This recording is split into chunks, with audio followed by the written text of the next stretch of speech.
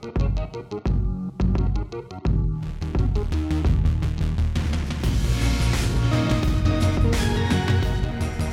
Nerfers, I'm Addy Thomas, and this is a special bonus episode of Certain Point of View.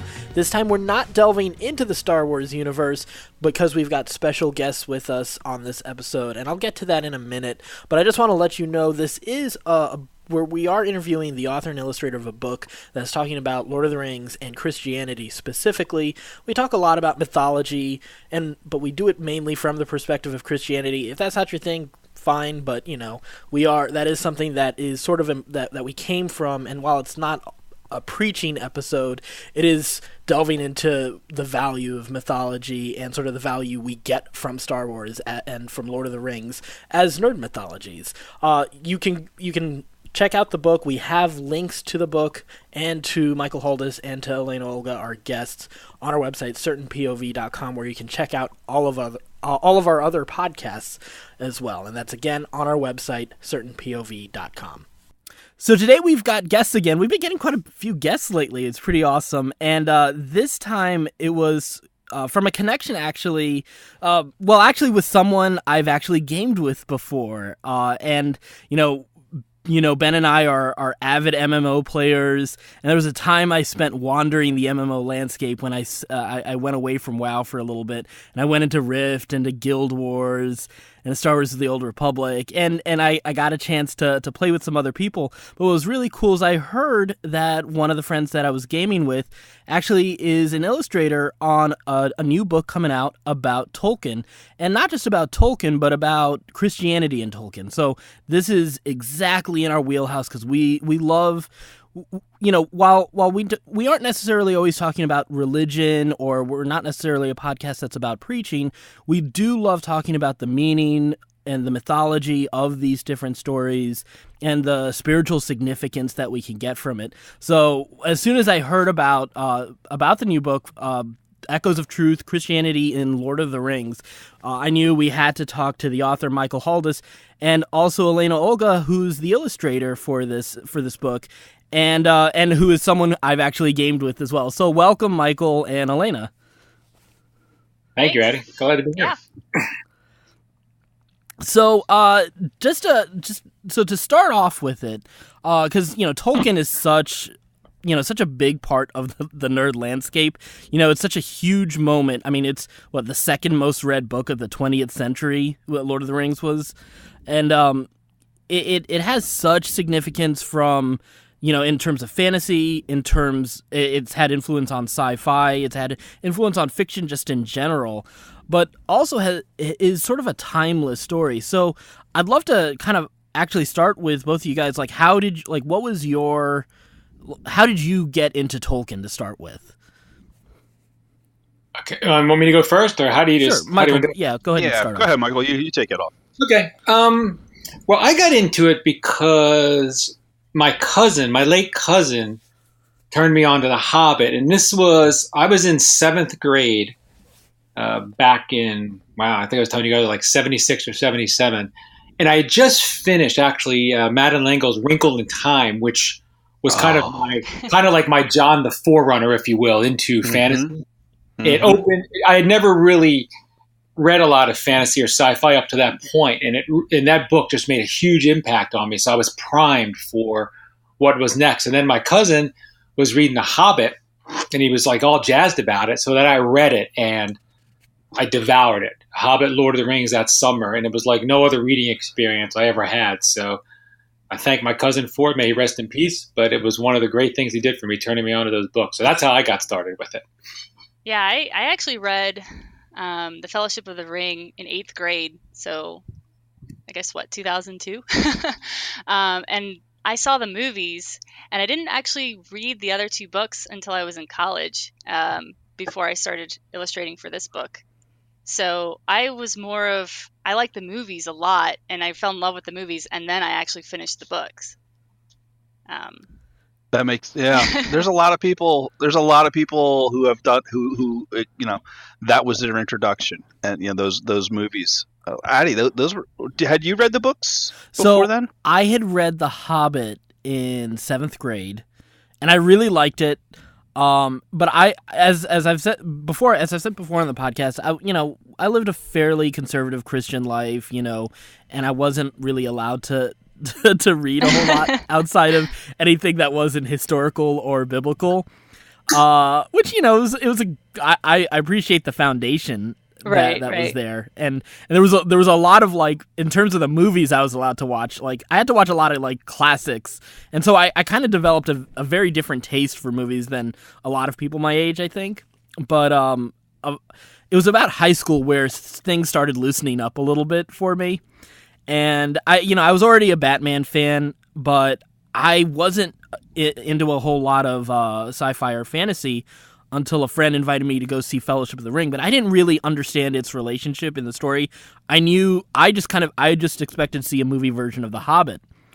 And it completely surprised me. I didn't expect the story that I saw, but the moment I saw that movie, I fell in love with it. I read all 3 books right after watching the movies, after watching Fellowship.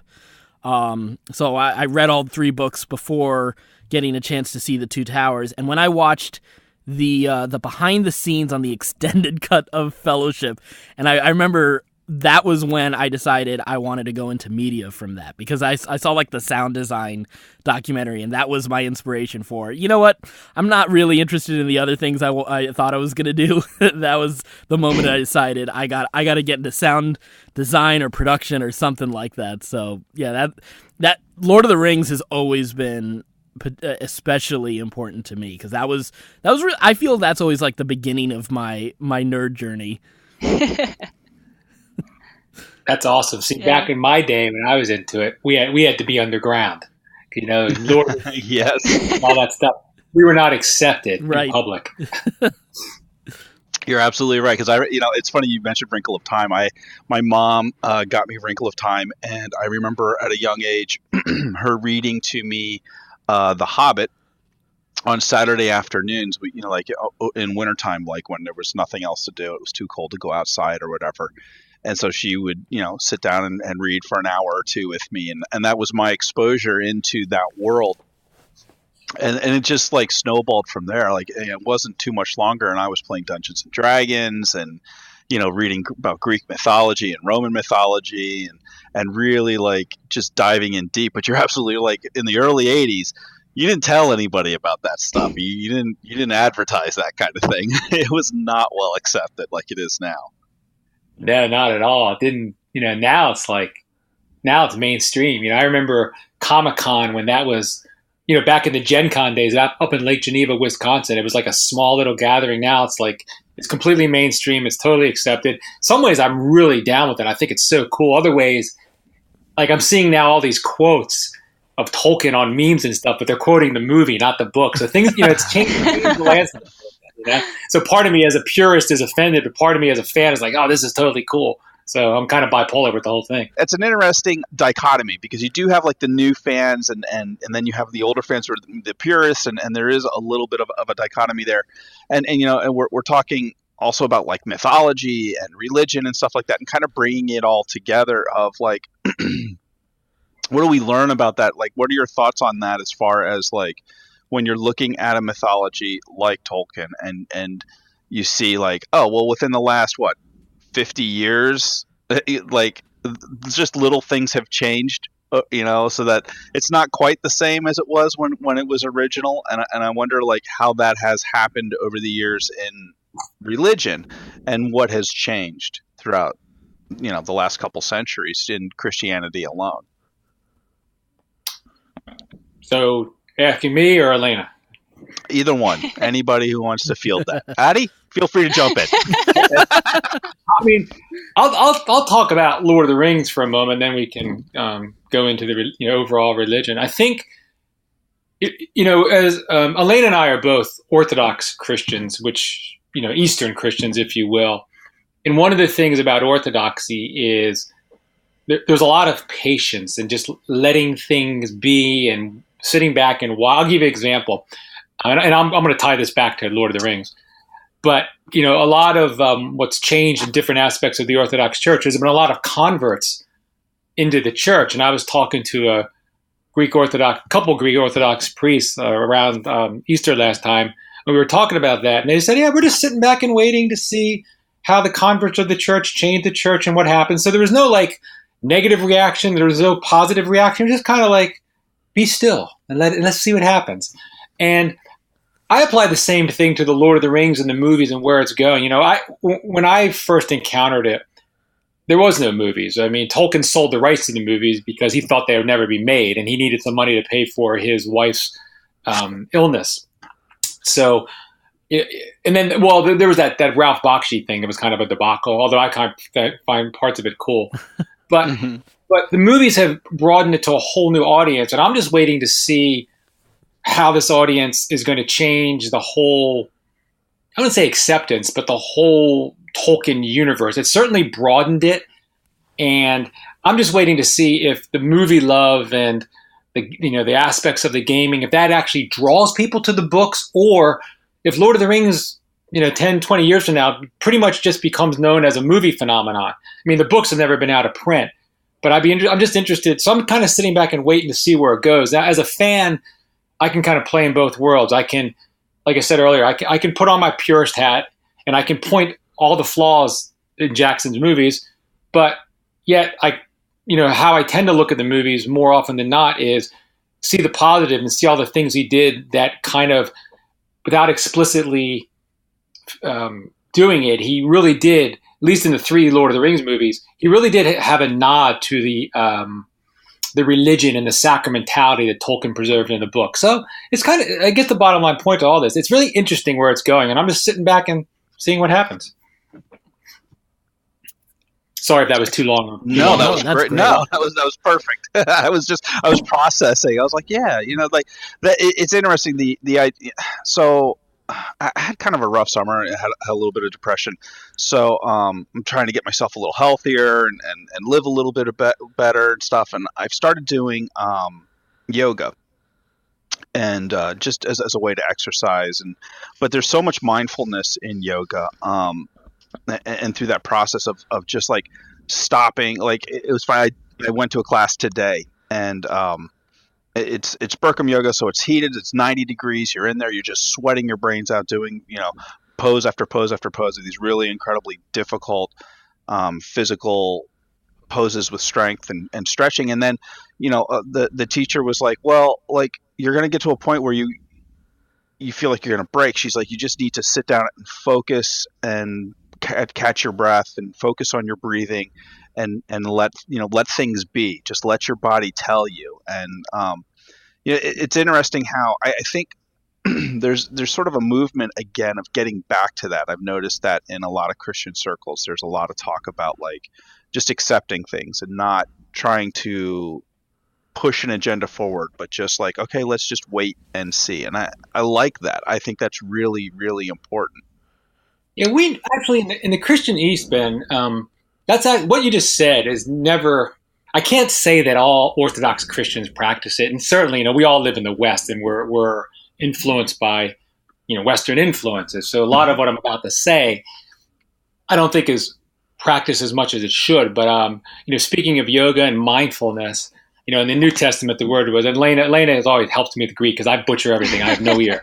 But this watchfulness, right? There was always this sense of this watchfulness. And what are we watching for? We're our version of mindfulness, if you will, is to go inside ourselves, not to find our deeper selves, but to encounter Christ, the Logos, the Word, the ordering principle, if you will. And so we have all these practices, these meditative practices built around the Jesus prayer, where we stand a certain way or we kneel and we practice our breathing.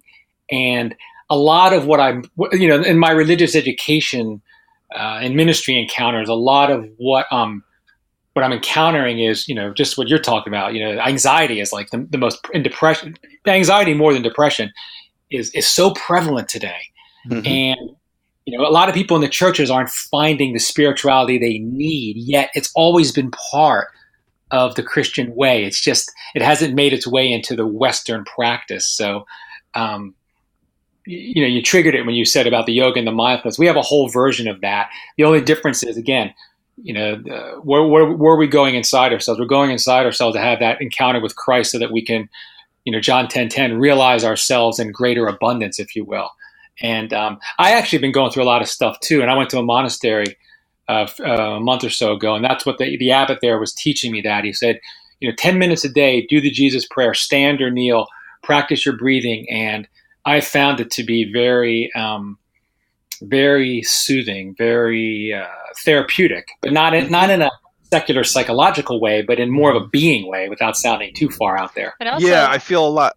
Yeah, go ahead, sorry. Elaina. I was going to say it's good because we have so many distractions now, and that helps us refocus on what really matters. And as a Christian, our focus is Christ, so it helps us refocus on what we really need in our lives versus, constantly checking our phones or listening to the radio or watching TV. You know what I mean? Yeah, totally. Absolutely. Yeah, I find that when I'm focused on that kind of stuff and being more mindful and stuff, I feel more grounded. I feel more confident. I feel calmer in my daily life and just able to deal with the stresses of modern living a lot more effectively. And it's amazing to me how these ancient practices are still so relevant today. I think that's great. Taking it back to Lord of the Rings, I think reading Lord of the Rings and reading a lot of fantasy opened me up a lot more to those ideas, because I didn't come from an Eastern Orthodoxy religion or anything. I'm very paint by the numbers, very Protestant Christian church. Yeah, very, very Protestant. Very, very right, Addy. Excellent. So we don't have that. We didn't have that. And even if you said oh, hey, I'm going to go see a psychiatrist, in the 80s, you were like, oh, what is wrong with that guy? Yeah. But I've always been very open to that, and I think that I think Tolkien really helped open me to that with all the mysticism and magic, but just the idea of waiting and being patient and stuff like that. All those ideas are in those mythologies. Yeah, I would agree with you, Ben. As a matter of fact, I was thinking as I was talking, I was tying it back to Lord of the Rings. What you just said reminded me of my experience that I didn't have. When I initially read Lord of the Rings, I didn't have the vocabulary for it until later on, what I was really experiencing. But what, piggybacking on what you said, why I read, the impact it had when I read it and why I've reread it obsessively. If I told you how many times I've read it, you'd say, actually, I need a psychiatrist. But what I didn't realize until later, and I didn't grow up, I was baptized in the Orthodox Church, but I didn't grow up Orthodox. I was in Catholic Church, Protestant Church, so I'm kind of have a Heinz 57 sauce experience of everything out there. And it was what I realized drew me to Tolkien was the sacramentality that was embedded in his work. It was the spirituality of it that was unquestioned. You remember the scene where Frodo first saw Glorfindel. In the movie, it was Arwen, right? But he had that. It was almost like a spiritual vision. Yes. Yeah. Gandalf explained in the book, you saw him as he was on the other side. And in the movie, we saw that visually. Well, if you notice in the book, Frodo never said, well, what do you mean the unseen? It was accepted. It was part of the reality. And that was so much embedded in Tolkien. And it was very attractive to me, although I couldn't define what it was that was attracting me until later on when I kind of came back to the Orthodox Church and the Christian East, and the Catholic Church has this too, which has the language and understanding of sacramentality, which is basically the holiness that's in everything, but you just have to have your heart open to see it. That's what the experience of Tolkien did for me, and that's why it's so, even when I'm in my most anxious or depressed times, a lot of times I feel myself wanting to go back to Middle Earth, because rereading Tolkien is the experience not of just reading. It actually feels like I'm going to a place where I can be still, I can relax, I can lose myself in a place, as opposed to just reading a book. That's the experience for me. Yeah, absolutely. Yeah. That's one of those things. It's amazing that it's something I never really thought about Tolkien, like the idea of holiness and all things are holy. It's something I believed, and I know that Tolkien is sort of, I consider him formative, not just in terms of my education as a nerd, but also my spirituality as well, and my faith and Christianity as well. So it's so cool to hear that. Like, my first thought when you mentioned Frodo's encounter with Glorfindel, like, now I feel like I gotta go back and read the books now. Like, I might have to restart a read tonight. Well, no, what you need to do is you need to pick up this excellent book called Echoes of Truth, Christianity, point out all those things, then read Tolkien. Oh, I've already placed the order. I'm waiting for it. Shameless plug. Yeah. There's nothing wrong with that. And, of course, we will have a link, actually, on our website, so don't forget you can check that out on our website, certainpov.com. But to kind of get back to Lord of the Rings a little bit more. So this is one of those things, that these stories that I feel it's more obvious than others, just the spiritual connections. But what are, outside of some of the things we've already talked about, what were some of the things that really kind of jumped out at you that connected Tolkien and the world that he created with your faith? I'm just deferring to Elaina for a moment because I feel like I've been talking a lot. No, it's fine. It's completely fine. You know more about Tolkien than I do. I mean, I grew up on the movies, which I cry every time I watch those movies. I know that sounds weird, but whenever I see... It's not weird for this podcast, trust me. Okay, good. No. There are certain parts of that movie that, I mean, let me think now. When Arwen sees her future and she sees Aragorn with her son, the fact that she can see into the future, into that realm. I mean, those are certain, I don't know, there's just beautiful parts in that movie that makes me feel like, it's almost like church to me. I don't know how to describe it. It's that mysticism feel, where you know about that other realm, where you know that you have that feeling that it exists. And it just adds, I don't know, it just adds a different dimension to your life. I mean, I can't really pinpoint certain parts of the book. I would say Glorfindel is definitely one of the parts of the book that made me feel that way as well. And actually, one of the first illustration in the book is of Glorfindel, and I absolutely loved doing that illustration. I read and reread that part, and had music on, and it was just an amazing experience to do that. Let me brag on Elaina for a minute about her, because I think I'm older than all you guys, but so I kind of I've seen the artwork over the years, and there's a lot of great artwork out there, but a lot of it is imitation. And Elaina, one of the things I was really thrilled about for the book was Elena's art is very unique and original.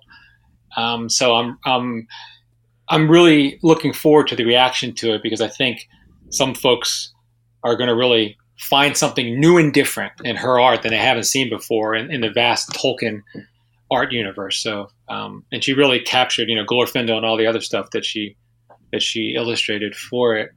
My experience, Addy, with and Ben, it was really the character of Frodo. I mean, I fell in love with Aragorn. He's still my all-time favorite hero of heroes.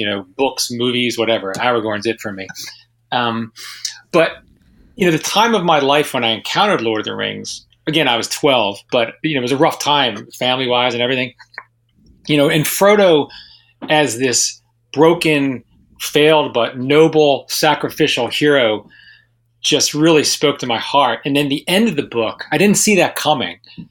Some people say they remember where they were when Kennedy was killed, or the 9/11, stuff like that. I remember exactly where I was when I finished Lord of the Rings for the first time. That's how much of an impact it made on me. Mm-hmm. But Frodo not being able to enjoy the victory, if you will, and having to seek healing and recovery, going to, at the time, Silmarillion wasn't out yet, so I didn't even know where he was going. It was just someplace. And that really made an impact on me. I guess, again, I didn't have the vocabulary for it, but it spoke to a reality of our world that I think Tolkien captured, both the beauty and the sorrow, all wrapped together, that just spoke to your heart like nothing else I had ever read. With Frodo at the end, I think one thing that made an impact on me was how broken he was afterward, how just the carrying the ring and his whole journey. And you would think that he would feel happy or accomplish at the end, but he was just so broken. Yeah. You're right. Yeah. I think that's one, it's crazy. Again, like that's another moment that really spoke to me in a huge way when I read it. And it was one of those things that made me really love the story and still love the story so much, is that it wasn't just a simple happy ending, Right. but you went past that moment of victory, so you could kind of understand how people live after, even after a triumph and the cost for it. But it was something that in some ways helped me kind of come to terms with the ending to another story. Like in the Bible, I had always had a tough time with the end of Moses' story. Yeah. And because I told you guys I was raised on a lot of biblical movies, and I've seen every version of the Moses story on film at this point. Prince of Egypt, that was one of my favorites. Oh, Prince of Egypt is still one of my all-time favorite movies. But the Charlton Heston 10 Commandments was one of Charlton Heston's 10 Commandments and Ben-Hur are two of my, the formative movies for me. And Ben-Hur is still one of my absolute favorite stories. The original, right? Not the new one. Yes, thank you. But I read the books for that one, and that's another one that has sort of that, the bittersweet story to it. But I felt that in some ways Tolkien helped me come to terms finally kind of understand like Moses' story in a way, and really helped prepare me for certain moments in life that that I don't think not everyone's always prepared to handle. It's like more about the journey versus about the destination. Exactly. Yeah, exactly. And as hackneyed and as old as that can be, but like it rings truer, because I think that's the cool thing about all of this mythology and storytelling. It's what I love about Star Wars, and it's what I love about Lord of the Rings, and some of the other stories. Some are better than others, or resonate in different ways at the very least. But I think that's one of the things that help maintain these different truths in our lives. So yeah, I Ben, what do you have? No, I'm the same way. Like these stories help me make sense of the Bible in many ways. Like I've said this before on the record of like the Bible is difficult for me, and I think it's difficult for a lot of people because we're not an agricultural society anymore, and so much of the Bible is written to an agricultural society and a group of people that in many ways we don't have a lot in common with anymore.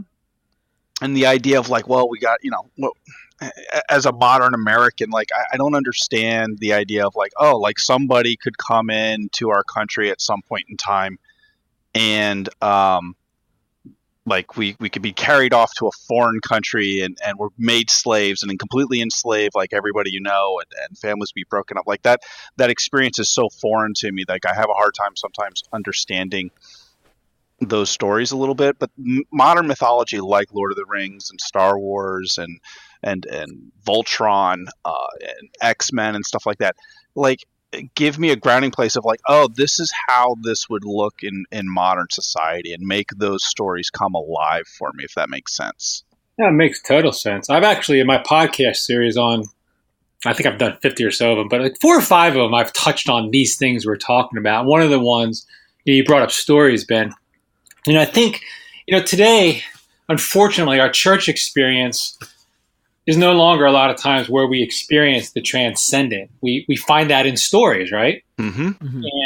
And it's really, the Bible, the scriptures, the living word of God, everything about church, it doesn't really sing into us unless it becomes like a transcendent moment. And I think all these things you just mentioned, and Tolkien himself, and you guys have heard the story about Tolkien and Lewis and myth and truth and all that. Yes. Mm-hmm. Okay. So, he was the one who first opened my eyes to the truth of myth, as opposed to just being, fiction stories, and how fact and truth are different things, right? Right. And that's what I think is so wonderful about his story, Star Wars, the Marvel, Harry Potter, all those things. They, some are better than others, but they all have that. They help you get into that transcendent place, and the ones that really really mirror the gospel more closely, such as Lord of the Rings, do it to a greater degree, I think. Right. Yeah. And speaking to that, like I've had talks with people, because I'm not a Bible literalist. I think most of the Bible is allegory and story.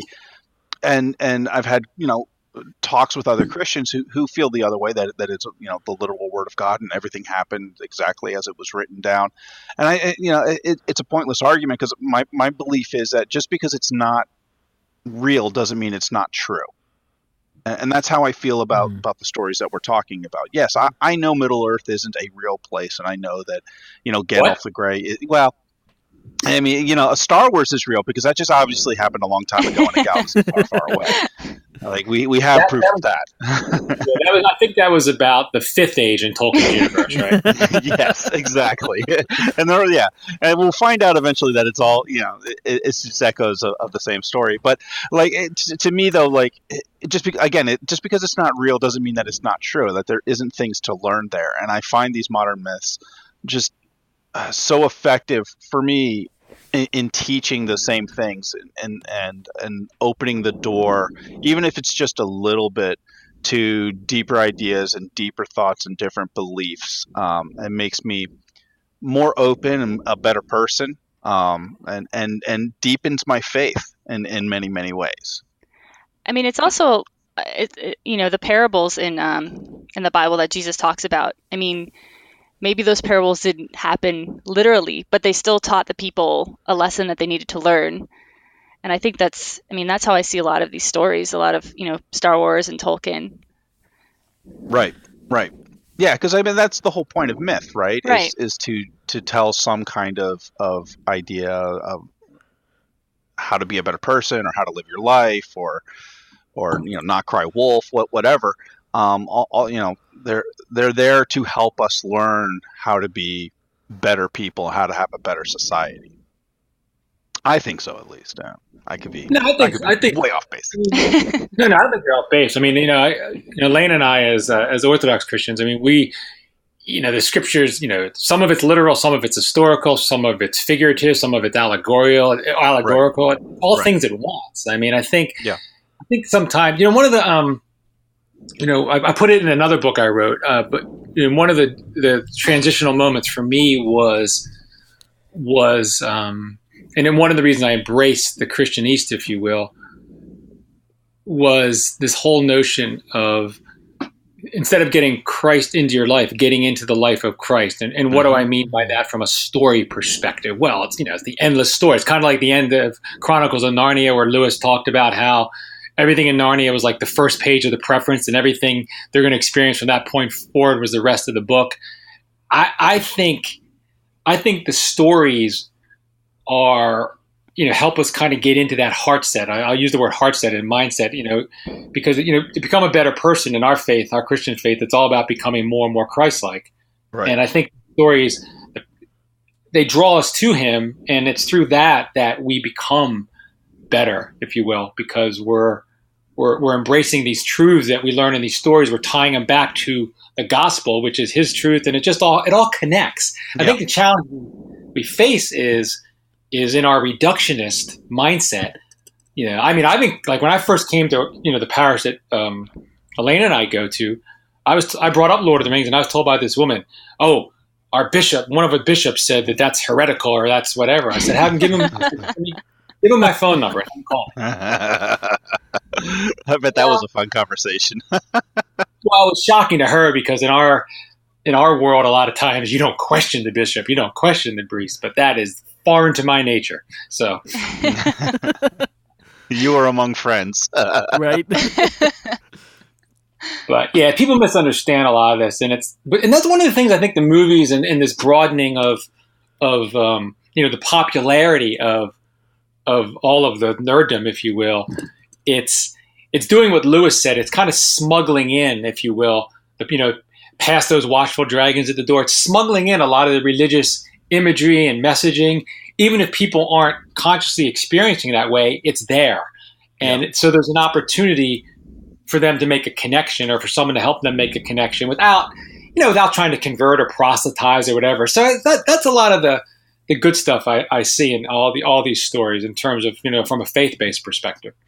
And I think it's good for people like us and other people like us to do these podcasts and have these forums to talk about it and just, geek out on it and let people see what we think. Absolutely. Addy, do you have something? Yeah, actually, let's shift gears a little bit, because this is, of course, first and foremost, a Star Wars podcast.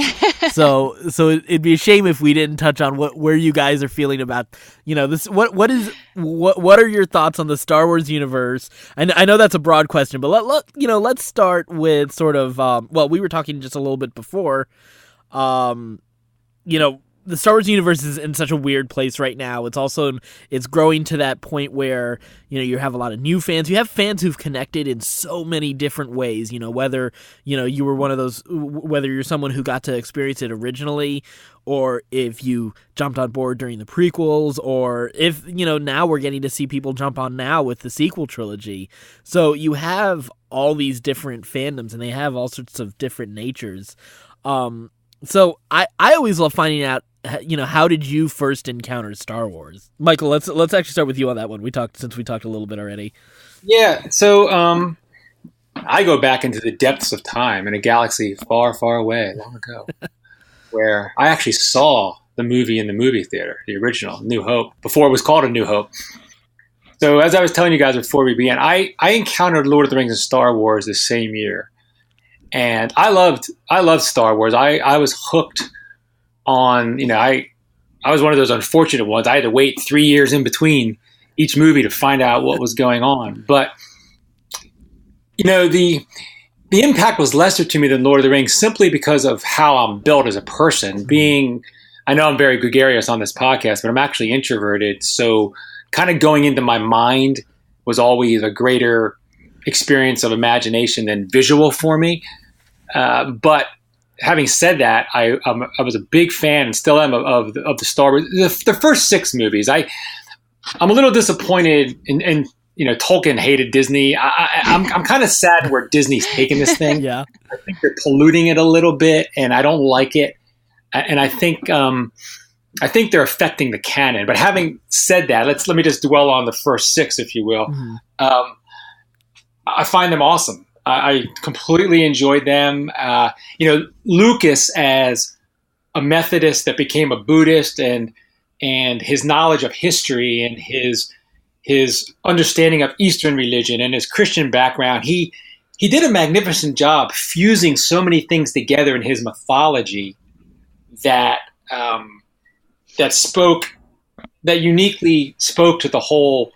Created an experience for us of good and evil and sacrifice and redemption and love that he did an excellent job. So I was a huge fan. As I was saying before, I thought it was totally cool in the second movie, or I guess episode 5, Empire Strikes Back, when that revelation about the father and where Lucas went with that whole thing in the story. The 3 movies, episodes 1 through 3, which a lot of people didn't like because of the midichlorians and Jar Jar Binks and all that, notwithstanding some things, I thought looking together at those 3 and then looking at the whole 6, I thought the whole storyline of the rise, fall, and redemption of Anakin Skywalker is one of the best stories that's been told. So yeah, I'm totally down with that. I actually encountered Star Wars before Lord of the Rings, and I was obsessed with Star Wars growing up. I saw A New Hope when I was 9, I think, and I rewatched that trilogy, my gosh, countless times. So I was a huge, I still am a huge Star Wars fan and probably always will be, but my favorite one was Return of the Jedi. I know a lot of people didn't like that one compared to Empire Strikes Back, but I just liked the whole redemption of Darth Vader. I thought it was great. I was so happy that happened as a kid. I'm not hugely crazy about the newer movies. I liked Rogue One. I don't know about The Last Jedi. Wasn't my favorite one at all. But yeah, I absolutely love Star Wars. I want to add one more thing. As a 15-year-old boy, though, when Return of the Jedi came out, I'm like, wait a minute. Luke redeems his father through love? No, I want to see heads rolling and fighting. And I had to grow up a little bit before, because I remember my cousin and I walked out of the movie. He was like, "Oh man, just another story about love." And then we were Beavis and Butthead back then, me and my cousin. But as I got older and I look back, I'm like, that was so cool. Right. Yeah, that was one of Return of the Jedi is Addy's. Oh, really? Yeah. Okay, cool. I'm not the only one. Everyone tells me Empire Strikes Back is their favorite, but... Yeah. It's funny. As time goes on, I feel Empire Strikes Back is the better movie. It is, purely from a cinema, from the, like... Everything, like, there's structural issues. I love Ewoks, so I will never apologize for Ewoks. We've had long, endless debates, Ben and I, about Ewoks. Some of them have been featured on the podcast. Some of them have nearly led to accidents while we've been driving because they were so angry. But yeah, no, Return of the Jedi always... Because, like, the ending of that series is I think, so beautiful. And... I'm a fan of the sequels, and I do really like The Last Jedi in terms of what it kind of does with all of that. And I'm excited to see I just lost him now too, so I'm not sure what's going on with Addy's stream because we just lost him. Okay. So. Yeah. Okay, so it's not just on my end then. No. I saw a little while ago he had popped off. Right. And I just unmuted. I wanted to talk about the Ewoks. I'm sure you guys know this. I didn't know it, that like Lucas's whole thing about the Ewoks was, how his study of war and how the great powers were overcome. It started with like pockets of local resistance. So that was like his way of showing like the local rebels. Yeah, I didn't know that. So the Ewoks then is like totally made sense to me. Yeah, no, it doesn't make sense. I'm sorry, it doesn't make sense. It makes sense, Ben. Can you hear me, Ben? It makes sense. I can hear you, and it doesn't make sense. I may mute your microphone again if we go down this path too far. Oh, no. But I will say this, Ben, in your defense, they could have left out the dance scene at the end with the Ewoks. Yeah. Some of those guys can't dance. No, and but they can drum like better than anybody else. I'm sorry, but that I agree with Addy. You can criticize Ewok dancing all you want, but that drum set is the best. So, well, at least in his revisions, he made it like cooler. I thought, but not cool enough for you, Ben. I can tell. I just don't like Ewoks. Like I love Return of the Jedi. I think it's an amazing film. I love the way the story ends. I still think if you search deep inside, you'll find a place in your heart for Ewoks. But it's all right. Yes, and it's in my stomach because they are food. They're not prey. They're not like predators. These little monsters. No, they're not predators that could actually take down stormtroopers. That's ridiculous. Other than that, like I just am unable to suspend my disbelief for that for some reason. Everything else I'm totally okay with. But that I just like, and no, I can't. That's crazy. That's crazy. I'm a big Revenge of the Sith guy. That was my favorite. That was a really good movie, your favorite? Uh-huh. Of all of them, that was my favorite, yep. You sound shocked. Well, we've had a hard time processing the prequels. But Revenge of the Sith is the strongest of the three, for sure, without a doubt. True. For sure. Absolutely. It's not one that you often hear people say, hey, that's my favorite. You don't often hear people say any of the prequels are their favorite, unless those are the ones that they grew up with. I marched to a different... And that's totally cool. That's totally cool. What about that movie rings so true for you? Well, first of all, I had a cool experience. I left work to go see it. When did it come out? 2004, right? Something like that. Was it that long ago? Yeah, oh my gosh. 2005, yeah. I remember 2005 because I camped out at the Uptown in DC for that one. I think, if memory serves, you get older, this fails. I think there was like maybe one other person in there. So essentially, I had a private screening, which made me feel really cool. So remember. So I saw the first three when they came out, 77 through 83. So here we were 21 years later, and I finally got what I wanted: Yoda versus the Emperor. Right? I wanted to know who was stronger, who was more powerful. I wanted to know how that fight went down with Obi-Wan Kenobi and Anakin. So that was one aspect of why I made it my favorite. But again, the arc of the story made an impact on me. That, when I thought back to Jake Lloyd and little innocent Anakin, and then seeing what happened to him at the end, and then seeing that scene where he rose as Darth Vader, that real, and that the mask went on him, and then you had that silence right before that breathing. That all was so impactful to me in terms of his fall, that I thought it was well done, and I thought the fight between Yoda and the Emperor did not disappoint what I had waited for 20-something years. I thought it was well done. So just, the overall thing. The only thing I'd say one thing I didn't like, I thought that, I thought when Mace Windu died, I thought when Anakin's turn there was a little bit too quick. Yeah, I agree with you on that.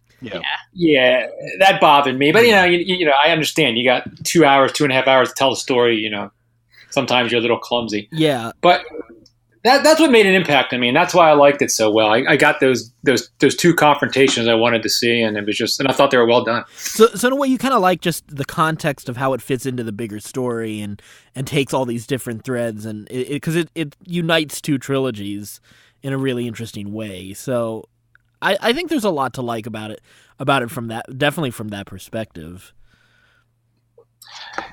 Yeah, I mean, you said it. It united the 6 movies. And so I didn't see him as standalone. It wasn't my first encounter. Maybe if I had just seen those 3 by themselves before I saw episodes 4 through 6, I may have had a different impact on me. But again, I had the context of the story when I saw it. So I think that made it a different experience for me. What about you, Elaina? Which one's your favorite? Oh, you said Jedi is yours. Yeah. The thing about the original, the prequels. I thought they were okay. I know a lot of Star Wars fans absolutely despise them. But later on, I guess they kind of grew on me. And like Michael was saying, I think the fall of Anakin, he was so innocent in the first movie. And then at the end, you see how he became Darth Vader. Looking back, I'm like, wow, that's just really sad. It's a tragedy. It's a Greek tragedy pretty much. He tried to avoid what was going to happen, and by trying to avoid it, it happened. So, and you're right, Michael. Like that horror of that scene where he's turned into Darth Vader, and the mask goes on the first time, and it's just that silence, and then the breathing kicks in.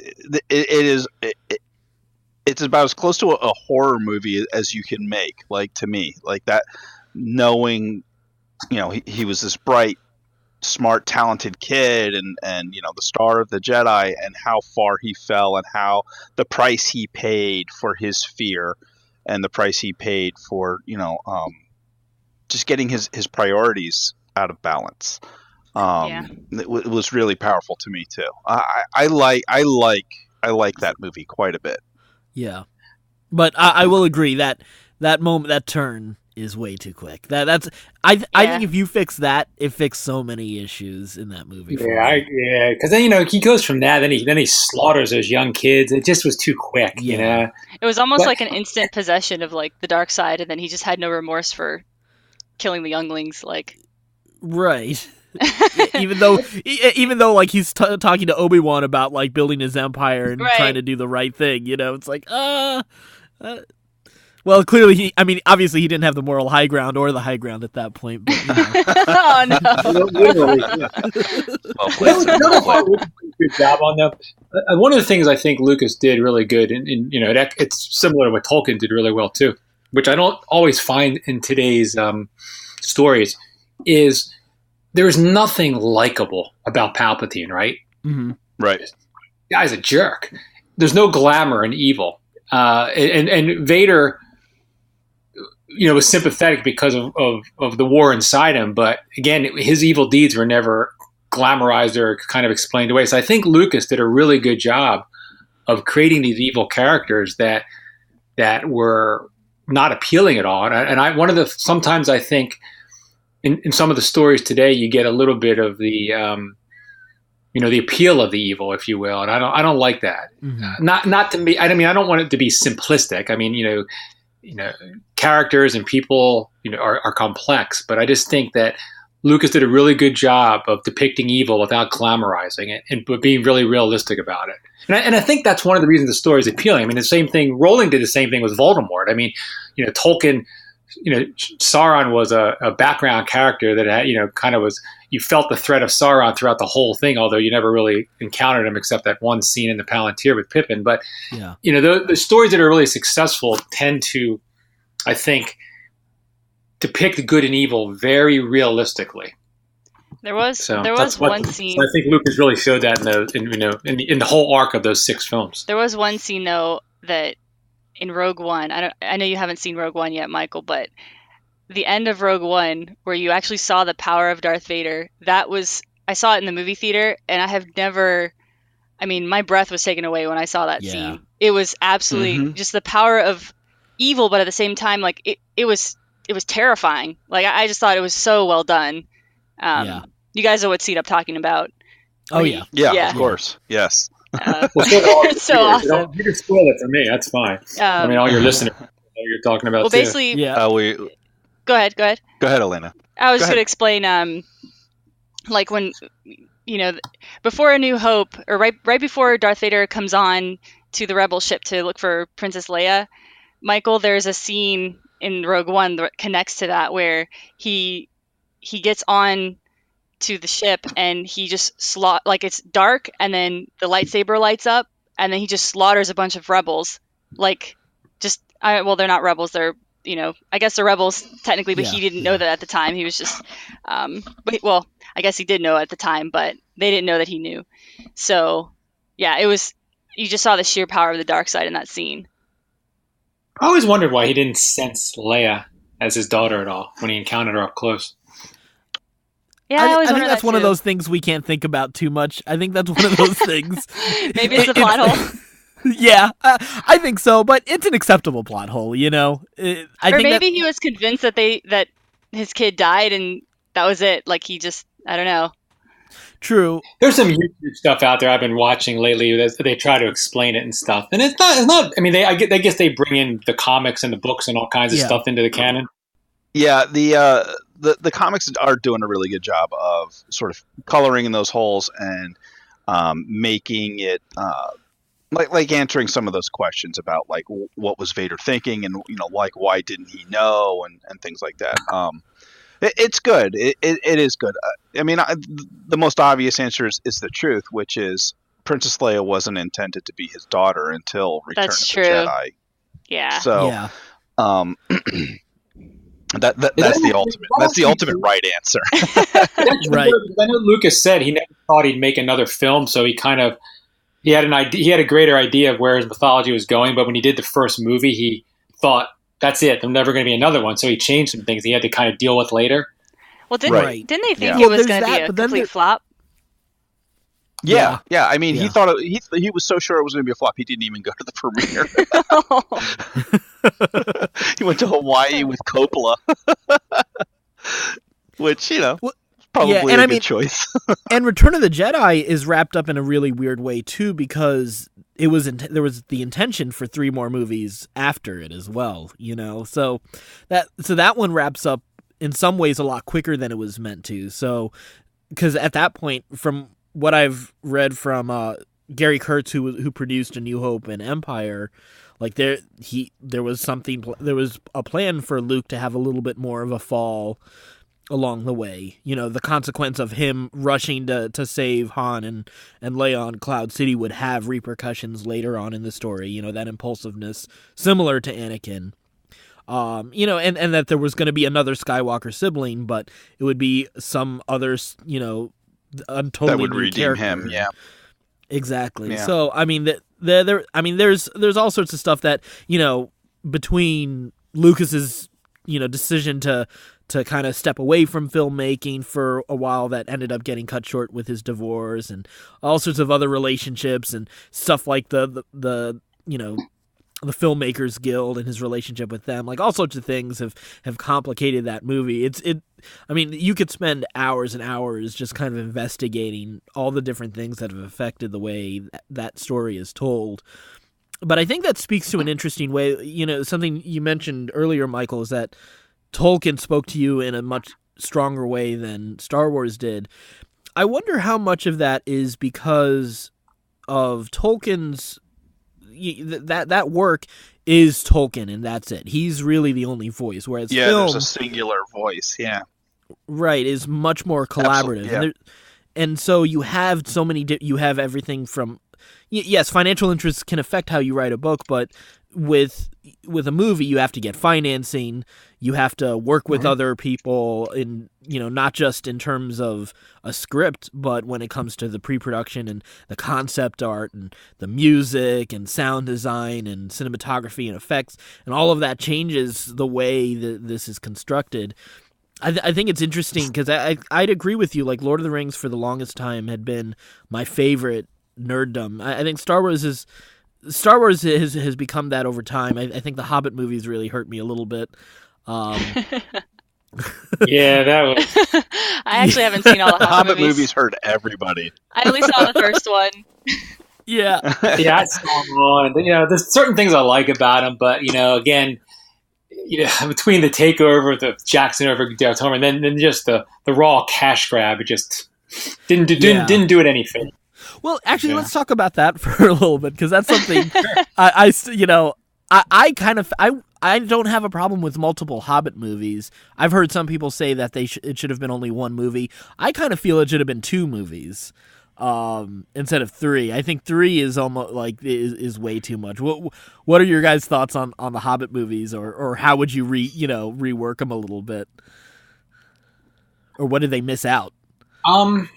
I thought what happened, I don't know why it happened. I've heard Jackson say, he took it over from Guillermo del Toro, and he just had to work with what he had. Whatever the case may be, I don't have strong thoughts whether it should have been two or three. I mean, if you look at the three existing as they are, I would cut them down to two. Mm-hmm. But I think he missed an opportunity, because the reason they're three is because he went for special effects and sensationalism, and that's what expanded them to three. And I don't think it was necessary. I think he lost a lot of the magic that he captured in the Lord of the Rings movies with the Hobbit by doing so. Especially if you see the extended versions. I don't know if you've seen those versions. Mm-hmm. I just for the first two. I've never bothered with Battle for the Five Armies because I hated it so much.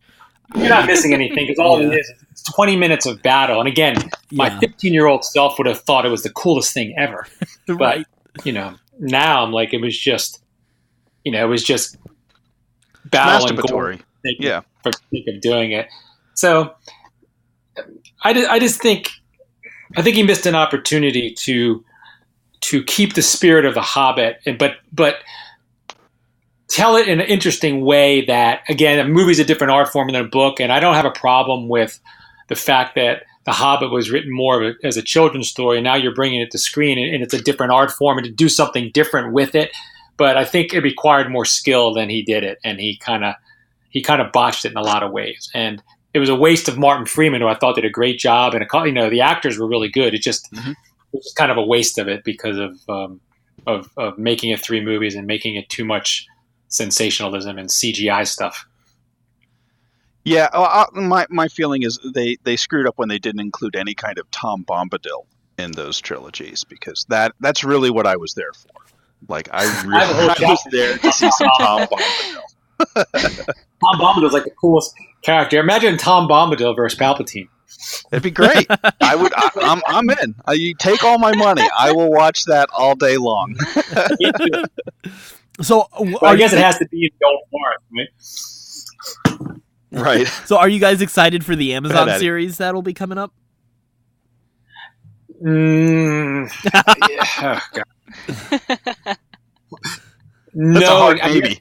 I guess yes and no. Yeah. Because I heard they're going to focus in on Aragorn, which I have the same publisher that's publishing Elaina and I's book. They published a 500-page book on Aragorn, and this author went in depth on Aragorn's life, and there's a lot of cool stuff. So if Amazon took something like that and did it well, it could be really cool.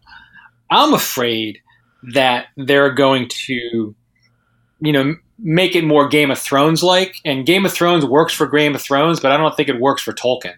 So those are my fears. Yeah.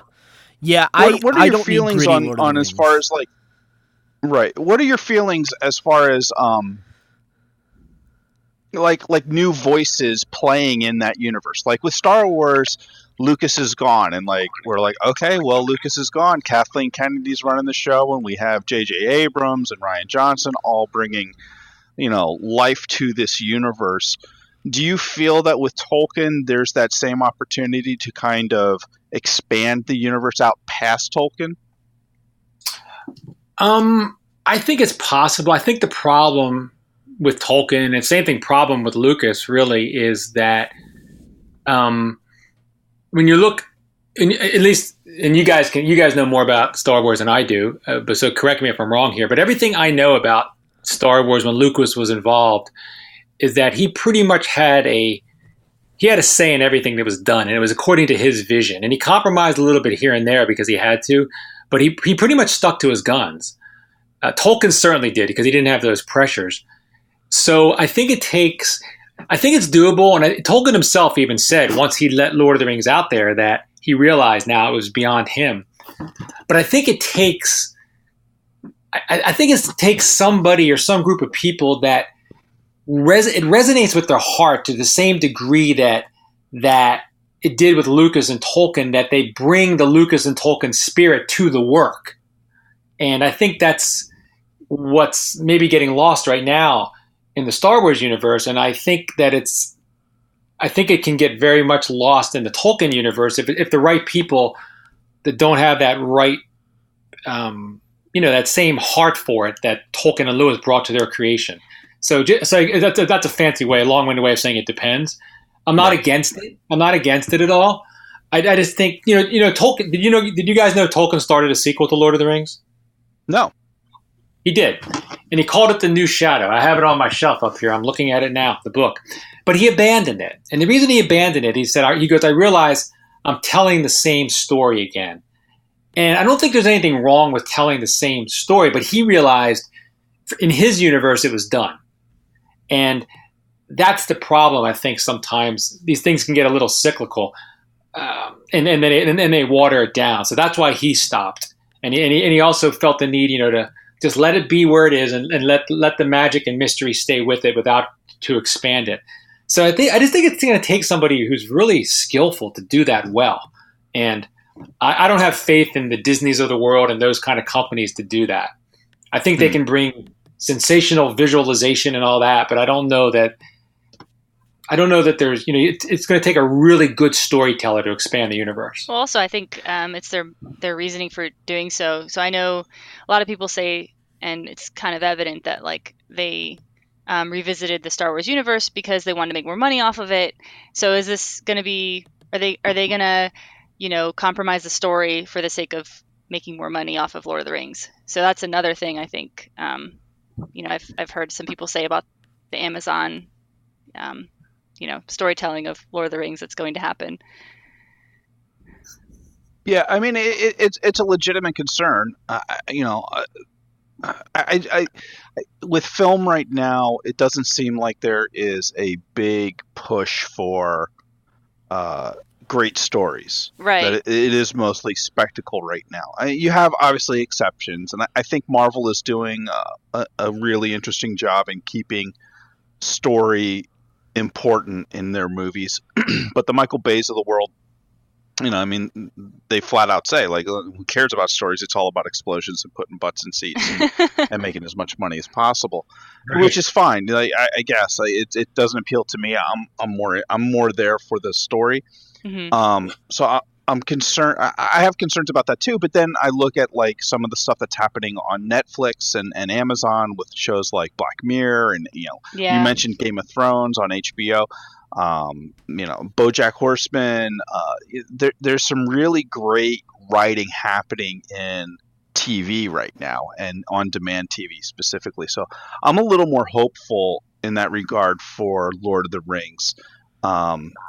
That they're able to give us compelling stories. I would kind of like it to not be anybody that we have been introduced to already in Tolkien's books. I kind of like what you were talking about, Michael, where Tolkien put it down and was like, okay, like I've told this story. There's nothing else to add. I don't really want to go back and like have the little pieces, fit together and find out, oh no, Aragorn met Gandalf this way and stuff like that. I'd rather be in that universe and those things are happening, but focus on an entirely new set of people.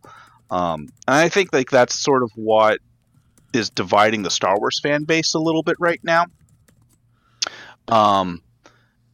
Because like you have Luke and Leia and Han. We're bringing them back, and everybody, like, so many people are there to see Luke and Leia and Han, but they're at an age now where it's like, okay, like we can't really they can't carry this franchise anymore. Their story is done, and so we're having to do this like awkward handoff, and it is kind of cyclical, and it is kind of like, well, we've seen this before, the person who suddenly finds out that they're a Force user, blah blah blah blah blah. So I'm hoping that this is a long way just to say in the Amazon show, I'm hoping that they give us some new stories and some new insight to that universe and expand it that way. There's certainly a ton they can do to the end of time if they want to go that direction. It just right. Are they? There's not much more you can do with the hobbits, right? So right. Yeah. And I feel like that's been said. Yeah. It's been said. There's not really a whole lot more history. Tolkien never, when he conceived of the Hobbit, it wasn't part of his universe, right? It wasn't part of his mythology. Right. He brought it back in, so there's not a lot of material there if they want to tell more stories about the hobbits, other than just making it up. But as you guys know, everybody, his history is rich. There's lots of material to draw from, and so I agree with you, Ben. I would like to see. It would have been cool too with the Star Wars if they set it like a couple hundred years in the future with hints back to maybe some of the things that transpired after the Vader time and stuff. I don't know. Something different would have been really cool. I think we're going to get that. Jon Favreau is working on a TV show that's an actual big budget TV show for Disney for Star Wars. And we're getting a lot of that kind of thing. Rian Johnson has a new trilogy that he's in pre-production for that is totally separate from the Skywalker saga. So, and they're not saying when it's taking place. It's either going to be in the future or in the past at some point. So I think like they're figuring that out. I think they're figuring like, okay, this was great, but we got to move on from the Skywalker saga. And I think for Lord of the Rings to be successful, they've got to move on from the Lord of the Rings characters. And they got to make sure they don't do like, you guys read Dune, the Dune series, or at least some of them? Yeah.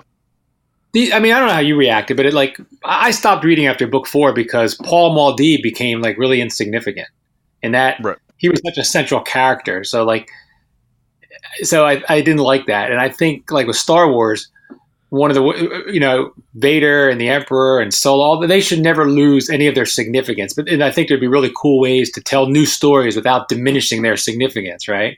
So. Yeah. That's my hope. The way to do that, and the way to do that is to get away from them. Get away from them, but have the more we learn references to them and just stuff, Yeah, exactly. So. Nods is all we really need. So, very good, man. I thank you both so much for coming on and doing this show. This has been an absolute blast, a real treat. Where can people find out more about you, Michael, and the books that you've written? Where can they find that? Okay, I have a website.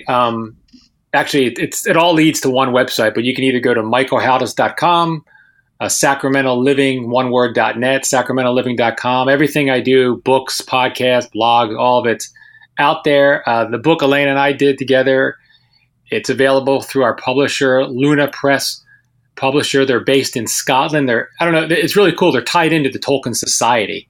The editor of our book is actually the education secretary for the Tolkien Society. So we're getting exposure to the heart of Tolkiendom, if you will. But you can get it from them, or you can get it on Amazon, Kindle version and paperback.